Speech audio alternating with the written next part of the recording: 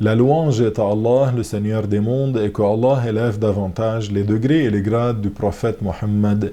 Talut était devenu le roi des fils d'Israël, et Allah l'appuya dans son pouvoir en faisant revenir le coffre qui contenait les tables révélées à Moïse et son bâton. C'était un signe pour eux que son règne était béni. Talut, leur roi, choisit les forts et courageux de l'armée et partait en expédition pour combattre l'ennemi. Ils étaient 80 000 combattants. En chemin, ils furent éprouvés par une soif intense dans un long voyage en terrain difficile. Ils passèrent près d'un fleuve entre la Palestine et la Jordanie.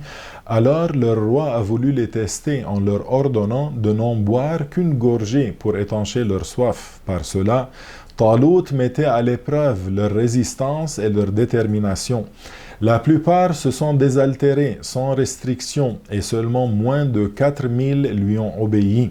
Le roi Talut a continué avec ceux-là l'expédition pour combattre leurs ennemis mécréants et polythéistes. Talut a refusé d'emmener le reste des 80 000 soldats avec lui au combat contre Goliath, le tyran injuste, et sa puissante armée que les Israélites redoutaient à cause que leur détermination était trop faible.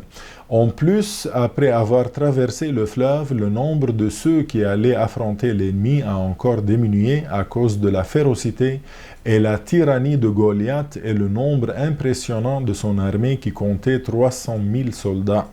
Ne restèrent donc que ceux dont Allah avait affermi le cœur et renforcé la détermination. Il y avait parmi eux les savants qui œuvrent pour la religion. Alors, ils ont encouragé leurs frères croyants et renforcé leur détermination en leur rappelant que c'est Allah qui accorde la victoire et qui rend victorieux qui il veut parmi les hommes.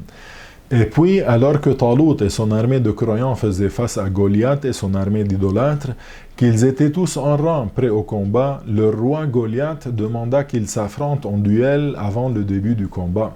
C'est un jeune homme courageux du nom de David, qui s'approcha alors. Il faisait partie de la tribu de Yahuda, fils de Jacob. Jalut, Goliath, l'a méprisé et s'est moqué de lui en disant « Retourne d'où tu viens, je n'ai pas envie de te tuer ». David alors rétorqua bravement, plein de courage et de fougue, « Mais moi, j'ai envie de te tuer ». Le duel entre Goliath, le géant sanguinaire, et David s'engagea, et David tua Goliath d'une pierre lancée de sa fronde. Puis le combat fit rage, et l'armée des mécréants de Goliath essuyèrent une défaite cinglante. Talut avait promis auparavant qu'il donnerait sa fille en mariage à celui qui tuerait Goliath et de partager avec lui ses biens et son pouvoir. Il a tenu parole et David accéda au pouvoir. Depuis cette époque, le nom de David est devenu célèbre et les victoires qu'il a remportées se sont succédées. Allah a rendu la gloire aux descendants d'Israël après qu'ils avaient été humiliés. Et après la mort de Talut, leur peuple s'est réunifié en prêtant allégeance à David, alayhi salam. Alors il est devenu leur roi à tous, alors qu'il avait à peine 30 ans. Il a gouverné son peuple avec équité et leur a fait appliquer les lois de la Torah. Nous poursuivrons, Inch'Allah, dans l'épisode suivant en évoquant les qualités exceptionnelles de ce grand prophète David, alayhi salam.